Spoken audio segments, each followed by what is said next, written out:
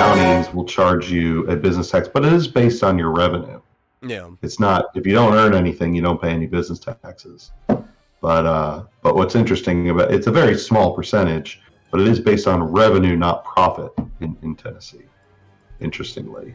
So even if you make zero profit, you still have to pay business taxes in Tennessee. See, this is why Texas is good, right? So not only do you don't start paying taxes in your business until you get big enough that you have payroll, because you do have to pay your payroll taxes and all that.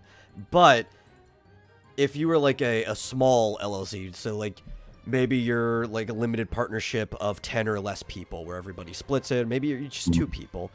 At that point, because you're not paying any additional tax on the business, everything just comes down to your federal level income tax, because there's no state income tax in Texas as well. Yeah. Yeah, there's no state income tax in Tennessee either. That's good. I know that's why a lot of people want to live there. Yeah, I mean, there's a lot of Verizon's headquarters, U.S. headquarters is there. Yeah. Nissan. Nissan's U.S. headquarters are there. Mm-hmm. So I know when I was looking for price of living, now most of these are on the outskirts of counties, but they're still technically in civilization. Of like the top 10 cheapest places back in 2016, this is what I was looking at. It's probably changed a lot since then. Like 5 of the top 10 were split between Texas and Tennessee. Like one of them was not too far from me. It's on like out in the boons of the northern end of DFW. It's like cheap as fuck to live there, and you're still close enough that you can drive to pick up groceries and shit like that.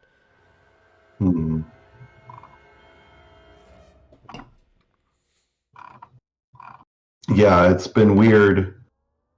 I'm surprised sometimes at the states that have an income tax. I'm like, Arizona has an income tax, Alabama has an income tax. What the hell, guys? I don't know. Like Tennessee doesn't know how lucky they have it. Maybe they do, but it's like, holy crap! It was so nice not having to pay an income tax. My only thing that I have a problem here, and maybe other places have this problem too, but a lot of like say our road construction is subsidized by tolls, right? So like when a road is being built, it'll be a toll road until the initial construction is done and it's usable. And the issue with that is a lot of them remain toll roads. If it was private, and there are some private highways here in Texas, I'm fine with that remaining a toll road. But there's been a couple that have been basically like pay to start or whatever, like a premium purchase for the road that should have stopped being toll afterwards, and they just continue to be toll road. And I guess it's fine if that toll ends up paying for maintenance on the other roads and shit like that, but I really don't think that ends up being the case looking at the state of a lot of the roads around here. They need to put some type of like sunset provision on that sort of thing.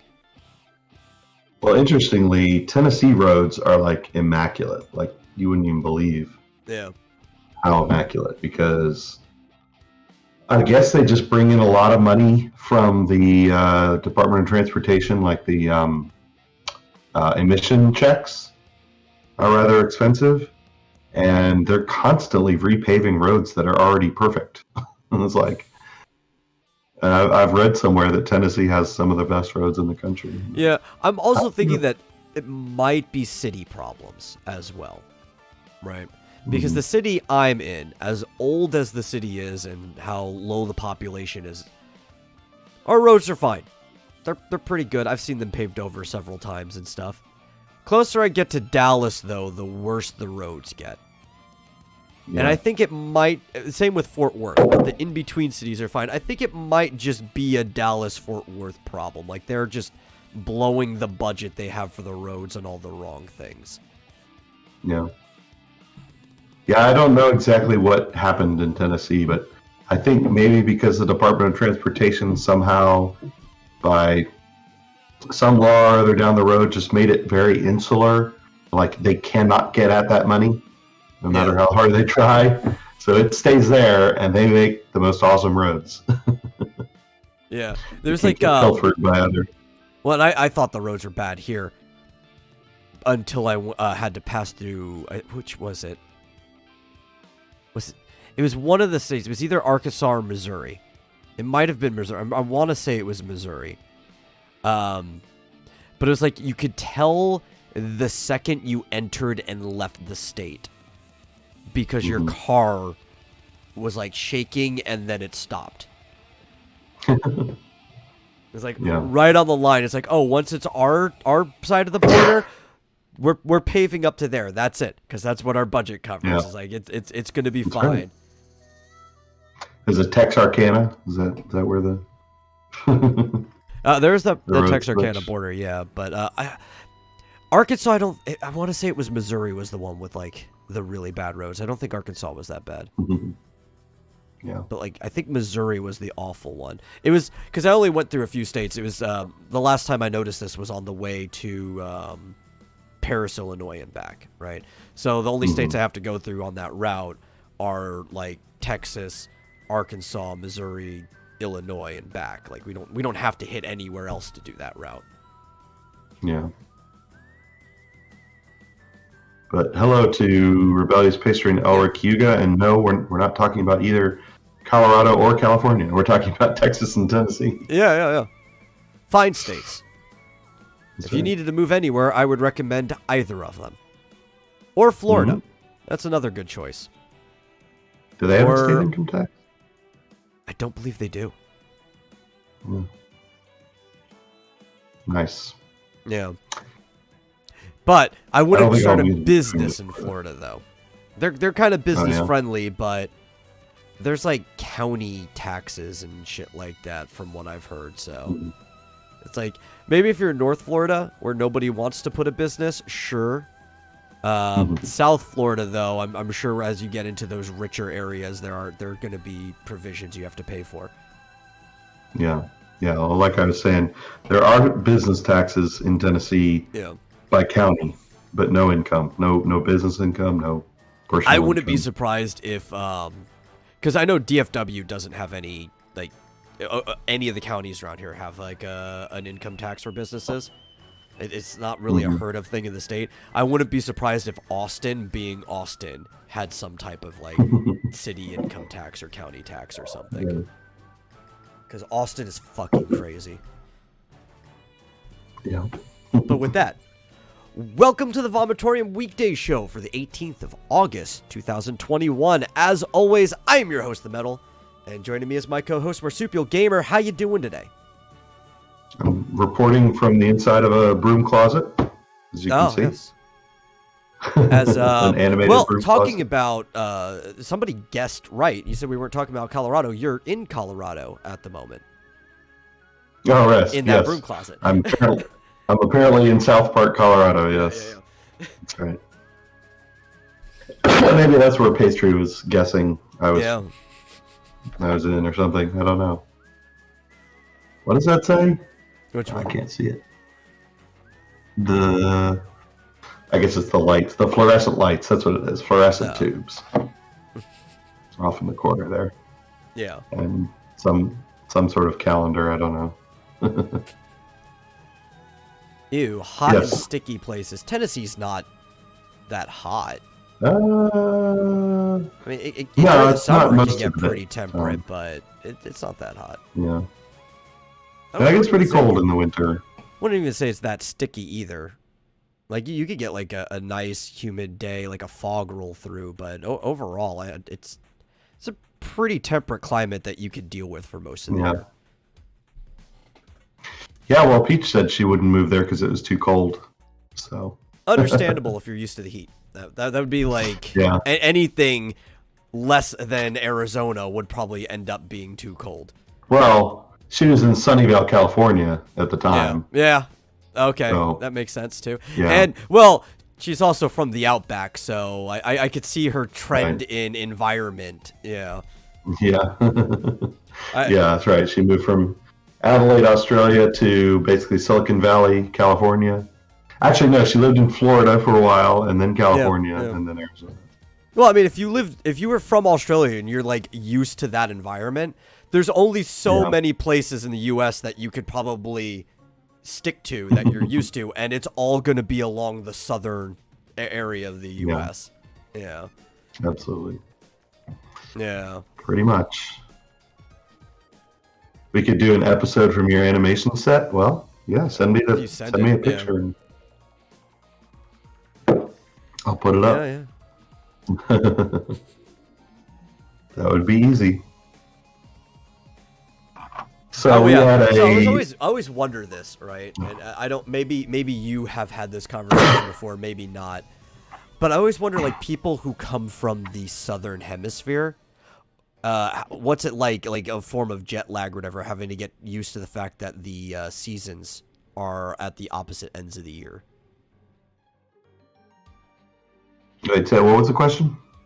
So, Peach, she's from the southern hemisphere, right? She's Australia. Yeah. Right? So I was wondering, like, maybe if you've had this conversation, what's it like for people from the southern hemisphere having to get used to the fact that the seasons are switched, like some form of extreme jet lag or something? She can't keep it straight. So, like, if I say something like something's in the spring or even summer, she's like, "Now wait, which months is that?" She can never remember. So I'm like, spring, March, April, May. Oh, okay. Yeah. I mean, which even would be fall where she's from. Right. And I've been to Adelaide to visit her family for Christmas, and it was hot. It was the middle of the summer. So, it's just, I mean, it's fine that the seasons are normal, but it's just she can never keep the months straight. When I say summer, she's like, wait, which one is summer again? But to be fair, in most of Australia, unless you live in certain coastal regions, or the closer you get to the southern, the more temperate the climate gets, like the opposite, the more northern you get up here. For most of Australia, it's literally just summer year-round. It's just their calendar, that the seasons are different for crops and stuff, but... aside from that, it's like a lot of the outback is like just a single climate that only varies within 20 degrees throughout the year. Yeah. But she's from South Australia, though. So she actually does get a change in seasons a little bit, yeah. Yeah, so I think she had seen... Although she says she's never seen snow. Of course. So I guess it doesn't I don't even think in Tasmania it ever gets snowy. Yeah. So it gets very hot in the summer and then just kind of cool in the winter. So, but yeah, it was quite warm for Christmas. Very interesting. But California is the same way. Yeah. Southern California, Silicon Valley. That's why she liked it so much, because it's like 75 and sunny all year round.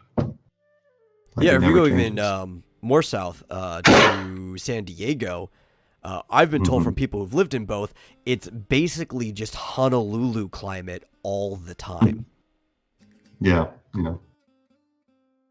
So. Which is cool, except for the wind. It's very windy in San Diego. My cousin was pulling out of his driveway once and basically had to call off work because as he was pulling out, the entire back end of his car was crushed by a limb of a tree that was blown off. Yeah, he was completely fine. Luckily, his daughter wasn't in the car because he was heading to work or anything, so there was no one in the back seat. But, like, the whole back end was just flattened. Wow. Yeah. Yeah, well, I lived in Austin for a year, and we had a terrible ice storm. And just the power lines and stuff were covered in ice with icicles coming down. And then as the sun came up, the ice started falling off in sheets and, icicles and all kinds of shit everywhere. It was just a mess. It was just chunks of ice falling from everywhere.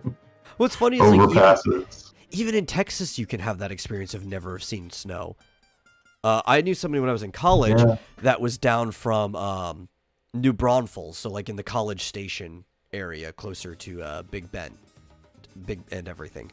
So like a lot of people along the border, like Big Bend all the way down to Brownsville, it just doesn't snow there. Maybe it did in that rare occasion of we had like what for Texas standards was a blizzard this last winter, but that's like a once in a lifetime phenomenon that most people don't end up going through. So when she came up here, it snowed in Waco. And she's like, I've only ever seen snow on TV. She's like freaking out like a dog, a puppy that had seen snow for the first time, pouncing around in the yard. Yeah, it's crazy. Well, we used to get snow pretty much every year in Tennessee. Yeah. It almost never went a year without snow, but not so in Birmingham, Alabama. Yeah. But yeah, Nashville, it pretty much snows every year. It's weird. We usually get a light, if it's not like real snow, which like anybody who's been in real snow can always tell the difference. We usually get at least a flurry or like some type of slush or light sleeting every single year. But up until this one, it's almost like it was being held in, like it was constipated. We went like 5 years without any snowfall. And that was weird for me because I was just so used to like, well, you know, sometime in February, we're probably going to get at least a weekend of snow. Yeah. Yeah. Well, for some reason in Nashville, about every 10 years, there would be a very, very heavy snow. So, like, I think in 2002 or 3, there was a huge, huge snow. It was like 10 or 12 inches, which basically shut down everything for a week. And then again in somewhere around 2012, 2013, some like about every 10 years, there's like a huge, huge snow. Yeah. What email to send the backgrounds to? We'll figure that out later. Yeah. Some other time. Yeah. I'll get in touch. Yeah. In the meantime, we're going to talk about contracts and shit. The actual topic of why we're here. Yeah. Yeah. Do you want to, since you read a little bit more into it than I did and was the one who brought the subject up for us to talk about, did you want to introduce the topic? Sure. So, an indie dev got a lot of interest and retweets and such about 5 days ago by tweeting that he had been contacted by a publisher for a game that he had put out on Kickstarter that had funded successfully on Kickstarter. Publisher offered him $500,000 up front, and he turned it down. But if you look into it, there's a very, very good reason why he turned it down. I would have turned it down too. Yeah, he had a whole big long. He actually had 2 tweet threads that were like 20 tweets long. There was one, and then he had a follow up. And basically, it was a ridiculously predatory contract that he was offered, and I was surprised. Like, he was saying stuff like, you know, that they were very surprised that he turned it down, that they were very surprised that he was so skeptical about it all, you know, it all. And he was saying that, well, this is just the industry standard. And I'm like, really? Like, I guess, but from his description, I'm like, I can't believe anyone would sign this. It was crazy. But I wish, wait, do I have, oh yeah, here's the Kickstarter. So he did a Kickstarter that raised about $40,000. This he's Jake Friend _dev on Twitter, and his game is called Scrabdackle. Yeah, and for a one-man project, $40,000 is actually a pretty good backing. Yeah, and it's like an action adventure game where you play a wizard. I guess it must have gotten, yeah, I mean, 40,000 is pretty good. He's in Canada. I wonder if him being in Canada had any, I don't know. I was really, really puzzled by this contract. So basically, here's the basic terms of the contract. They give him $500,000 up front. Sounds great. But after that, he has very strict milestones that he has to reach And if he doesn't reach them or come within 30 days of them, he's in breach of contract. If he breaches the contract, he loses everything. He loses He's the basically IP, they get the fucked. game. Absolutely. He loses the game that goes to the developer. He has to pay back the $500,000, all of it. And he then has to pay the publisher to finish making the game. Yeah, at his Right. own personal cost. So he basically just goes into Right. permanent debt to the publisher if he fails to forever. do by even like they could be lenient, right? They could. I mean, this could be tight contract terms, but they could always negotiate. Like, okay, well, we'll give you a couple more weeks on the milestone. But realistically, the way the contract's worded, they could choose to penalize him when he's 1 day late on a milestone, and that could just be the whole contract right there. Yeah. Now, if they're late with something, they basically get extra time. They get to have a quote unquote reasonable amount of time, and it's like it doesn't define what reasonable is. Yeah. And then I guess if they ever do breach the contract, then nothing really happens to them except I guess they don't get their $500,000 back, and he gets to keep his game. But assuming everything goes well, so assuming there's no breaches of contract or anything, gets the game out there, he would get 0. It's a 100-0 split until they've recouped half of that, basically $250,000. Yeah. So he would get nothing out of the first 24,000 copies sold of the game. Half of his advancement, as they would call it, which is common in any publishing industry. You see this with book deals and stuff too. Not so much what's going on here. Usually, it's the same in book publishing as it is explained later on by a lawyer who's talking about what a good indie deal looks like, and these still aren't great deals, but it's standard. Usually it's 60-40 in the publisher's favor until they recoup the advancement, and then it flips back around to where it's if you want to keep the proportions in the 40. same direction, 40-60. Yeah, I saw that. But no, not this one.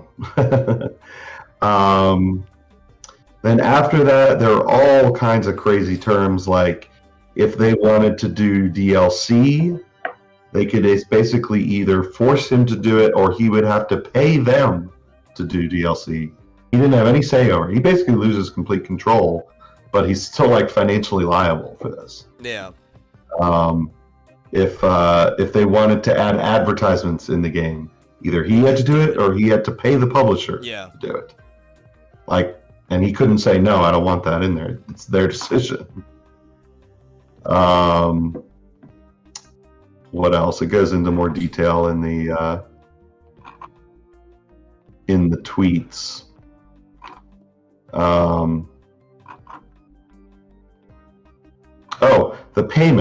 The payment structure. So once it gets to the point where they are actually paying him royalties, they don't have to pay until 30 days after the end of a quarter.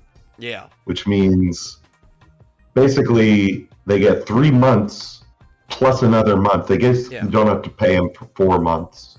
Yeah.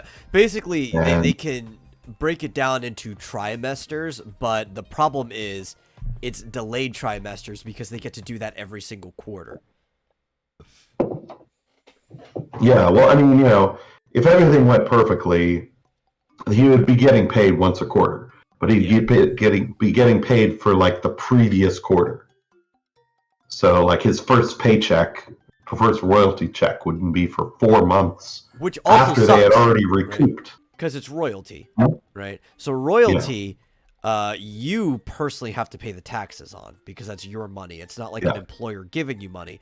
And when you're paying your own taxes, IRS is very, very lenient. You honestly only have to make sure you clear up at the tax time each year from the last year. But you're supposed to be paying in every quarter when you are the income source, when you're not going through like your boss. If you work at like a company, your employer will be doing the quarterly payment, and you just have to make sure everything's good at the end of the year. So he's always going to be backlogged on the previous quarter for every single royalty payment, and we'll just have to make sure he's screwed up at the end of the year. Yeah, but no, I don't think he would have to. He could just do his taxes on a cash basis. Basically, he doesn't pay the taxes until he gets paid. But what was the other thing? Payment. Oh, if he suspected that they weren't paying him properly, like they weren't accounting for all the sales or didn't calculate anything, if he would have to pay for an audit on his dime. And then if they were found to be in breach, he'd have to pay for it. If they found to be in breach, all they have to pay is what they owe him. No penalties. They wouldn't have to pay for the audit or anything like that. So basically, they could just like screw him, and if he ever catches them, he'd have to pay to try and catch them on it. And if worse comes to worse, oh well, we just pay you what we owe you. Yeah. It's a very high risk, low reward contract on the end of the developer. Very low risk on the publisher. I feel like there was one other major thing that I can't recall, but if I think of it, I'll mention it. But it was like one of the things that the lawyer brought up too is like it's very common to either have a repayment or a loss of rights in any contract, but it's not that common, despite what they're saying. Was like, well, there's a standard for the industry to have both repayment and loss of rights. It's usually one or the other, right? Because the loss of rights is the form of repayment, because you will eventually make that up through the royalties that you are no longer giving the person. Mm-hmm.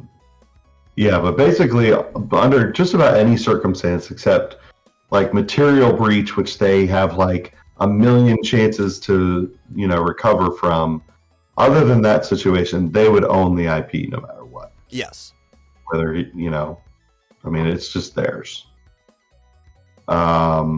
Now, that is actually very, very common in publishing industries, though. And this is why people need to be very careful with who they go to. Very few publishers in general will allow you to retain any rights to your IP, and this is why you just get royalties for things, right? Including in novels. When you write a novel and you go to like one of these big publishing houses, you kind of don't own your ideas anymore. The reason they keep business with you is because they understand the ideas come from you, and sequels sell really well. That they want to keep in business with you. Yeah. And the problem is, like, I don't understand how some of these deals hold up, other than the fact that since they've been happening forever, I guess that is the precedent of this is just how things go.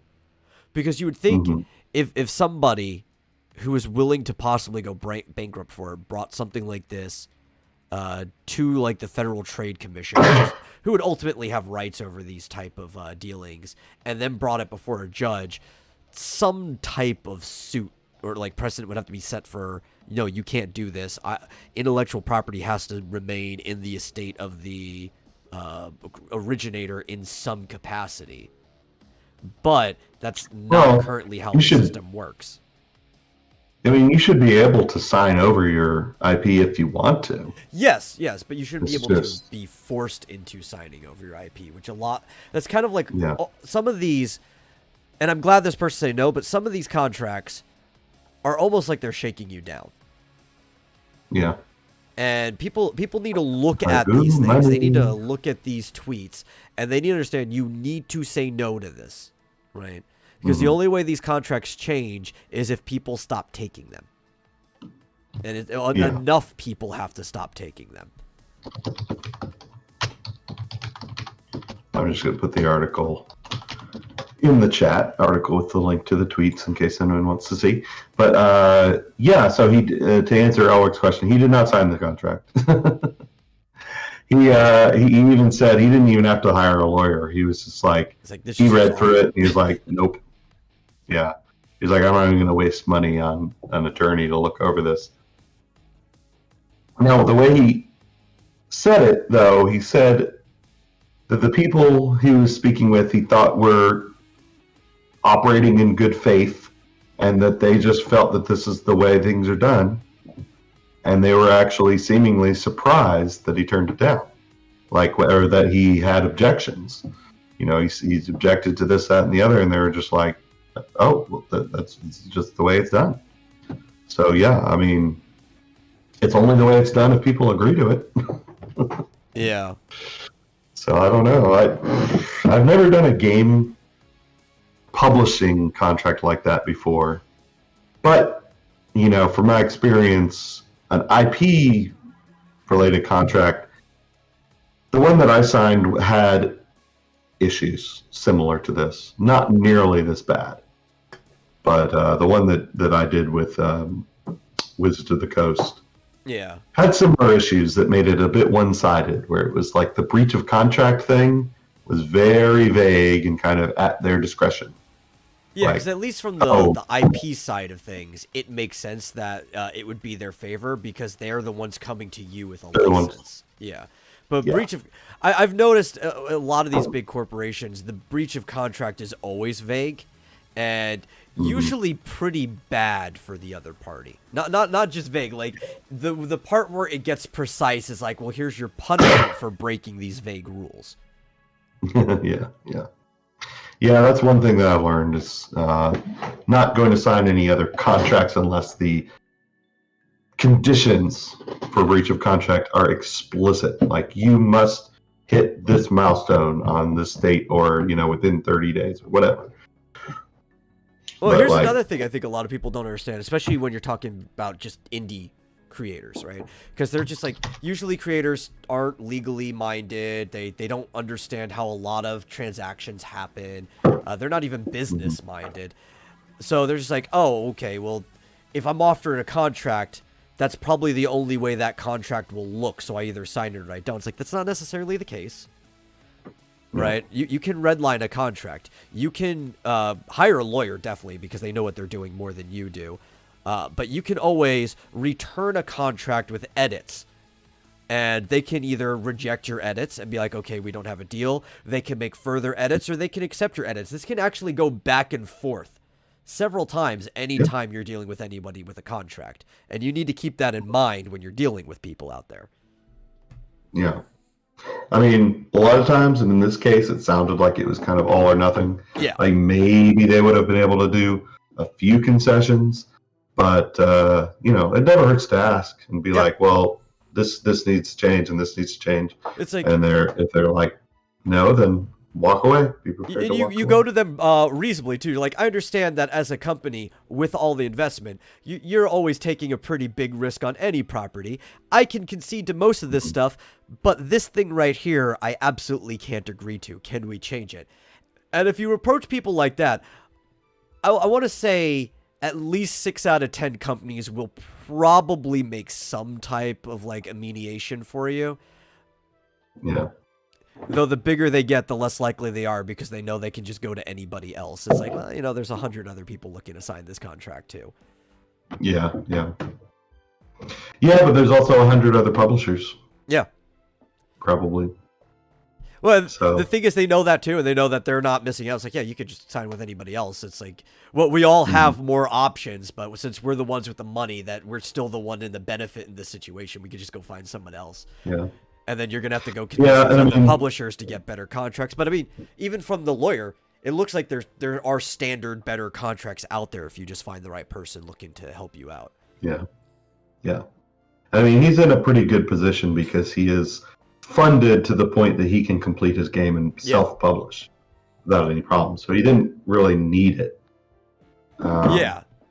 I'm just talking more from like the abstract, obscure form of like a lot of people may not be in this situation where that they have funding from Kickstarter, but they still have enough of a game from their own sweat and blood out there that they could pitch it to a company and they'd probably get a similar contract. Yeah.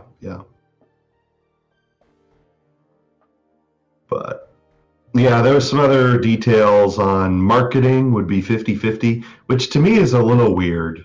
Yeah. To me, the publisher should handle all the marketing. In my opinion, I think isn't that most of the point of having a Yeah. publisher? Like, it I should mean, be. I can understand if they wanted to word it like 90-10, because it's like, we're going to handle the publishing, but we're going to have to actually schedule you as the creator into some of the marketing and stuff like that, because your face is sure. what sells it. I can understand that being in part of the agreement, but you have to be specific about that, like what we're going to need you to do for marketing. But it shouldn't be on your own effort, right? They're still the ones setting things up and all that shit. That's what a publisher does. Yeah. I mean, they've got more money for marketing, and It's like the whole point. Otherwise, why not? Yeah, it is. Otherwise, just publish it yourself. Put it out on Steam. There's nothing stopping you from just self-publishing. Like, I think Except we went the over idea this I with thought comics. was that. Yeah, Right? I thought that the whole idea of having a publisher was to have them give you the visibility. Yeah. Well, we were complaining about this with we were talking about like indie comic publishers and working with people too. And in the indie scene, almost no company that labels them as a small publisher actually functions like a publisher. Like, you argue Alterna, they at least get your yourself in the catalog so people can order it and stuff like that. That is publishing. Mm-hmm. But like, you go to AP, which is More like also a another printer. one, right? Yeah, they're all of these are more like a printer. Even AP, which may get your stuff on the shelf, maybe. But like, with books, if you ever go to a book convention like novels, when you go there, the publisher provides you with your table. They pay for the table. They also provide you with like backdrops and like banners, cutouts and stuff. All the materials you need for being there. That's what a publisher does. You don't get that in comics at all. Right? Like, I was talking to somebody, they were even explaining that they went out there for AP. I'm not going to drop who it is, but they went out there and somebody's like, "Oh, did your publisher provide you with this cardboard cutout and everything?" Like, no, I had to do that myself. Do publishers do that? And Yeah. In every other industry, yeah. Yeah, that's interesting. Yeah. Yeah, like Top Hat is a game publisher Yeah. that does. I've seen a lot of marketing that they do. They're the ones that did the Cyberpunk Ghost Story, and a few others that are on my Steam wish list. And they have a publisher page that has all the games. They have a website. They do social media. Presumably, they pay for them. I don't know, but I assume they pay for them to go to, game developer conference and E3 and all that good stuff. I mean, this is the entire That's history of normal in the publishing, game. right? Like, Yeah. realistically, anybody at any point in time, if they wanted to put a book out there, they could have always put a book out there. If we go back to the oldest forms of publishing, you could have bound a book yourself and written everything into the pages. And if you wanted to get multiple copies, you could sit there and copy the book over and over again to give people. It's a long-ass process. That's how they made the Bible for the longest time before, like, the printing press and stuff was made. And look at how many were out there historically. But it was possible.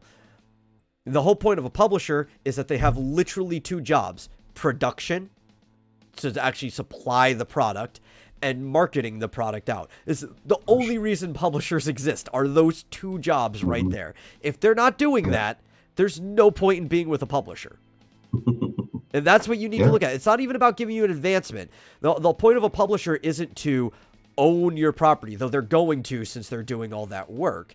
The point is to get your work out there so that you can get paid and get some return for it. And if they're not doing it, don't take that deal. I don't care how promising the deal is, like they're going to give you a $500,000 advance. Just don't take it if they're not doing that job.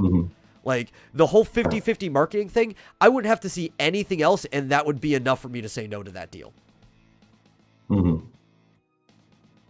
It's interesting. This leads me into a whole different discussion, and it sort of gets my mind going on. So the last week or so, couple weeks, the whole stupid argument of, is comic books a service industry or not, has come up lately.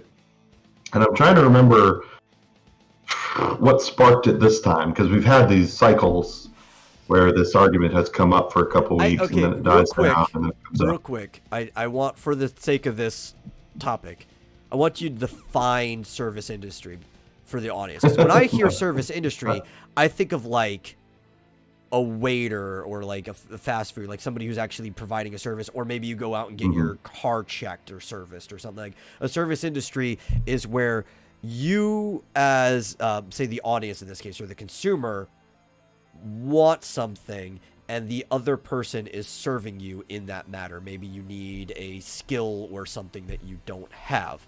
And I really don't see that in any industry where you have a product, because you marketing the product to somebody is not a service. Well, let me change the wording a bit.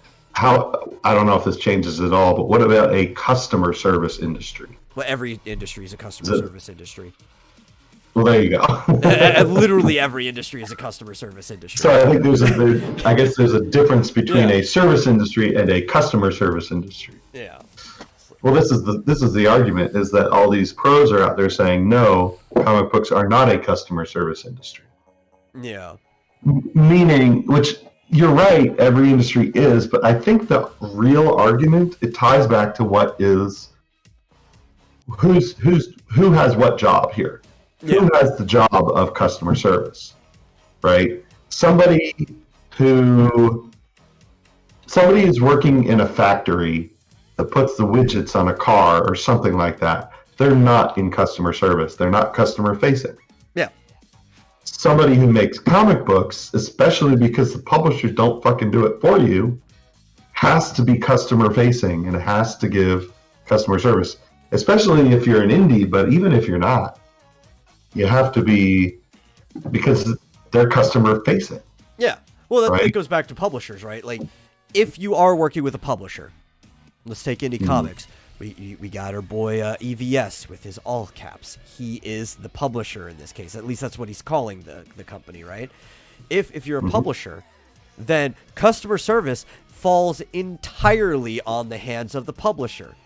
That's part of your job. It's part of marketing. It's not on the creator anymore. Now, if the customer service problem that comes up is something against the creator, then it's up to the publisher to be the middleman between there, right?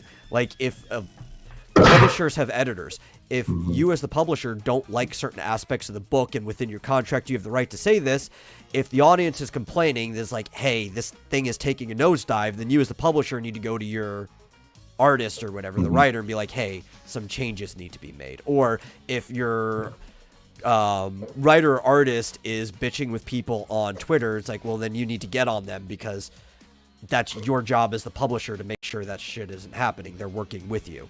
If you want to bitch with people on Twitter, just stay completely independent. That's your prerogative. Like, when you have some higher up, customer service then falls on their end. Yeah, that's the thing. I think that's where this disagreement really stems from, is the fact that the publishers, the big name comic book publishers, are not doing their job. Yeah. But, it's not necessarily their fault. So in the games industry, at least traditionally, there'll be a publisher like EA, Ubisoft, Top Hat, even a smaller company like WayForward. Yeah. And it's their job to be customer face, to do the customer service, to give refunds, to answer questions, technical support, that sort of thing, and marketing and all of that. And the company, half the reason you go with the publisher is because you want them to handle that, and you don't want to be in the customer service. That's also why we get acquisitions too, right? Most acquisitions from smaller companies aren't because they got bought out from some type of, say, shares situation, because most smaller companies are privately owned. They're not public. They don't have shares or anything. Or if they have private shares, it's the guy who founded the company has like 100%, or maybe him and his partner split it. That's where the ownership goes to. So what you do is like, I don't want to deal with this. I just want to make the shit. So say your Gearbox, as an example, you go to frickin' 2K. 2K is actually the publisher here. Gearbox is just a development group, right? And now 2K or Take-Two above them, they're the ones that have to deal with all of that now because that's their job. And that's why we see this. It's like, oh yeah, I will totally let you acquire my company so I can just continue to do what I do and you guys can deal with all that shit. Yeah, look at Retro Studios. Do you know anybody who works at Retro Studios, really? I mean, unless you're in the industry. And do you expect them to do any of the marketing? No, it's going to be Nintendo. Nintendo's going to handle all the customer service stuff for Metroid Prime 4. Yeah. Retro Studios is just a manufacturer, really. They're in the background doing the manufacturing. Which, interestingly, for tax purposes, they are considered a manufacturer. Yeah. I do have to make one caveat to what I said before. 90% of industries are customer service. There are actually a large quantity of industries that aren't. Most of them are government contracts that have guaranteed sales. Their job is to just produce. There are a lot of industries that are just production. Farming is also not a customer service industry because you don't have to sell that to anyone. But most industries in Western countries are customer service now because your job is to sell it directly to a customer, whether it is an individual or some other company that needs your product. That's why every company has like sales management and shit like that. Representatives, people who go out and talk to people. Right. So where this breakdown occurs in the comic book industry, I think it's two places. Number one, if you're an indie creator, especially if you're basically doing your own publishing, you're in customer service, whether you like it or not. You have to be because you're it. Who else is going to do it for you? You got to sell your product. And it's and I think where people are getting caught up is thinking in the mindset of working for a big publisher that's going to do all that for you. And the problem there is that's not even the case. Yeah. Because, and I think this changed at some point because when I was a kid, you went to a comic book store, you went to, bookstore, news rack, whatever, and you got Spider-Man and it said Spider-Man and Marvel. And if the name of I knew no names of writers, artists, colorists. You had to flip to the inside to see it. Yeah. To a credits. They're either not on the cover or maybe their last name, tiny little print on the side. But in those days, you could say, yeah, they're just making the widgets in the background, and it's Marvel that does the customer service or DC. Yeah. Nowadays, their names are front and center on every issue. Yeah, and it's like, I'm sorry, they if have that's their superstars, right? And they believe the names. Like, if you saw Mark Waid on a cover, they thought that would sell it, even though these days that actually might do the opposite of the case, as you're saying. But they're treating them like superstars. It's like, well, if you have superstars, you need to have your superstars wrangled, because that is that's your public face. They're now the face of the company. It's not just Marvel; it's Mark Waid. Yeah, and Marvel hardly does any of the freaking marketing themselves. They do a little bit, but they seem to expect their creators to do some of the marketing too. So they've kind of pulled them, whether they like it or not. A little bit. Outside of digital marketing sites, or at least editors, right? Outside of digital marketing sites like Comixology, where occasionally they'll put an ad for something that's new, or if they'll give you the pre-order pamphlet so you can see the shit that's coming up in the stores. Marvel doesn't really market their comics. They just put them on the shelves, and they figured the comics themselves on the shelves are the marketing. The only thing Marvel markets is outside of the comics in the Marvel, what do they call them? A lifestyle brand now or whatever. They market that shit. You'll see commercials for backpacks and shit. They don't market their comics. They don't give a shit. Yeah, but I think that just the pros going out on social media force themselves into this customer service role. Yeah. That they don't seem to want. So, but they want the fame. They want the notoriety, but without any of the responsibility. And it's like, look, if you don't want to be in customer service, then get back into go to your drafting table, shut the hell up, get out of social media, and just let Marvel be your customer service. You know what? And this has kind of also slightly changed my mind, because the more and more I sit here, the less and less I care about pros saying shit on the internet or even harassing certain customers, right? I think it's wrong, they shouldn't, and I think you should punish them. But it is more of that they're being advertised as the face, right? If their names were never on the cover, if you had to like actually look in for the credits of the people working on it, and because most people won't pay attention to that anyway, if that didn't matter, even if they put that they wrote the books in their Twitter bio, most people reading it will never go out of their way to find them. They'll never interact with them like that. It won't be a problem. But once you start advertising somebody's celebrity as your form of things, like becoming the face, then that's when people start going out of the way. It's like, oh, well, obviously this person represents this story, so I'm going to go and find out what they're doing, right? That's the thing. If I'm blaming actually Marvel more than any of these people whose opinions I don't agree with. It is fucking Marvel's fault at the end of the day. Yeah. But, I mean, I think we can all agree that once you go indie and crowdfund and all of that, unless you're going through a publisher, you're it. And you're in customer service. Well, because it's not like the publisher is putting your name to sell it. At that point, you are the sell. You'd be the equivalent of slapping Marvel onto the corner there. You're the only one who can sell your shit. Yeah. Yeah, and all of these pros, I mean, Joe Glass has been going at it for like a week or two now, saying that I'm not in customer service, I'm not in customer service. I'm like, dude, you're crowdfunding your comics.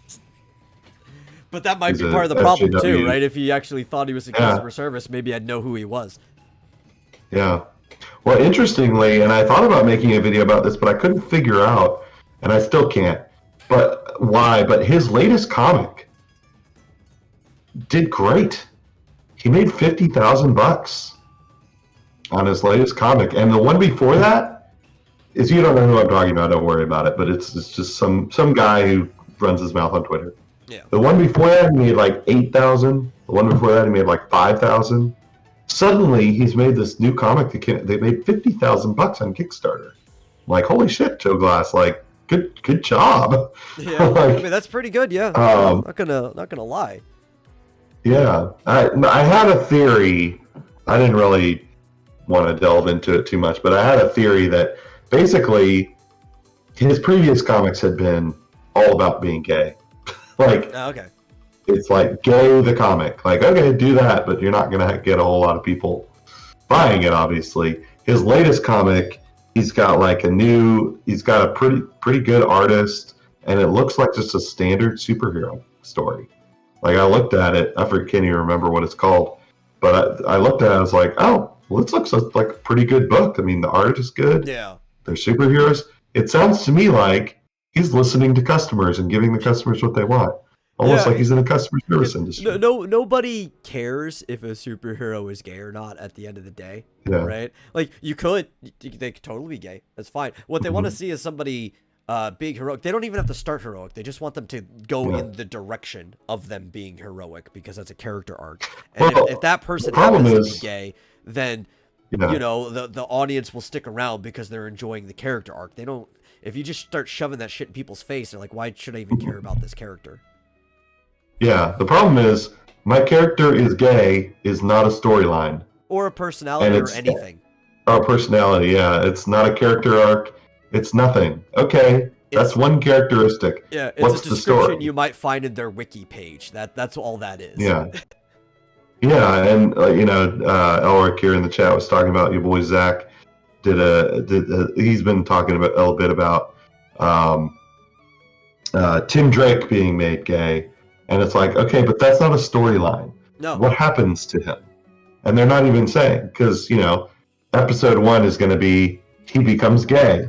Episode 2 is he comes out to his friends and family. Episode 3, maybe it's like he comes across a bigot and has to defeat the bigotry of anti-gayness. What's episode 4? Nobody knows. Yeah. What's and issue they're not 4? even going hard with it anyway, because they're not even. He's like, well, he's bi, so he's gay, but he still likes the ladies as well, right? It's just kind of, it's all his virtue signaling. That's all it is. They don't. There's nothing there. Yeah, there's no story. Yeah. So that's why I was like, this guy Joe Glass, who's notorious for just writing a comic book about the character is gay, and that's the whole story. Actually came out, and he's been tweeting nonstop about how he's not in customer service. Ironically, has come out with a pretty good-looking comic book that looks like it's heroic and it's got a storyline, and it did really well and made $50,000. So it seems like he's doing some pretty good customer service. Yeah. Maybe. I don't know. Maybe. I go with your word. I'm outside of the situation, but that's what it sounds like. Yeah. Yeah. On the other hand, he has been tweeting all week about how he refuses to give refunds. Well, that's a like, good really? way to also just stop people from wanting to buy your stuff in the future, knowing that if there's something unsatisfactory, they can't get a refund. Yeah. Like, listen, I will, at the cost of shipping, you can take that out of my refund. If I don't like something, I will repackage it and ship it back to you. I just want the rest of my money back. You need to at least be that amenable. That's all I want from a If you want to go over the top with your customer service, that is fine.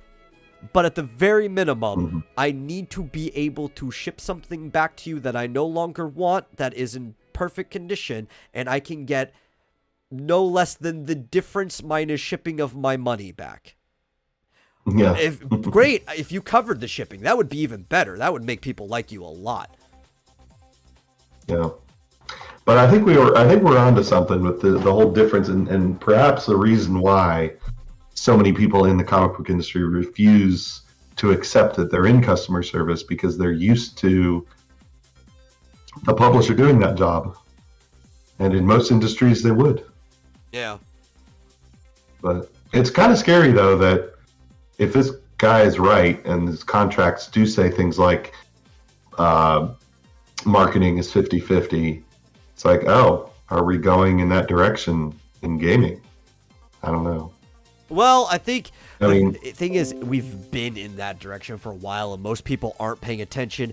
It's not as common when you're actually primarily publishing to consoles. You don't actually see a contract like this when you're going to consoles. Do you know where you see this contract primarily? Phone games. What is that? Oh. Mobile. Yeah. You see contracts like this everywhere in mobile, which are also far more likely to hit that number he's looking for, where he has to make like 24,000 sales. It's also why they might want to put ads in here. You don't really see ads put into console games unless it's like a mobile game that was ported to console, but you see them in mobile. I kind of knew exactly where this contract was going when I was reading it. It's like, oh, this is one of those standard abusive mobile contracts that you see everywhere. Interesting. Yeah, this has been, these type of contracts have been around for at least like half a decade now. Yeah. Well, now, I mean, and if you look at his Kickstarter, he's planning on releasing it for PC, Mac, and Linux. He doesn't say mobile at all anyway. I'm sure. The mobile end is probably coming from the publisher that wanted to give him the deal. Yeah, I guess so. Yeah, I didn't even catch that. That wouldn't make any sense. Like, who plays a PC game with ads in it? Yeah. That's ridiculous. Like, there's some things being left out here, probably for the sake of condensing articles and shit like that. But I can glean that advertisement part means that even if they're still going with what he's going to publish to anyway, that these guys also want a version that works on phone. And even if they have to do it themselves or whatever, that's going to be part of, or he's going to have to do it himself based on what that contract would force, because that would fall under the finishing milestones, DLC stuff that he can be forced into, or have to pay for it.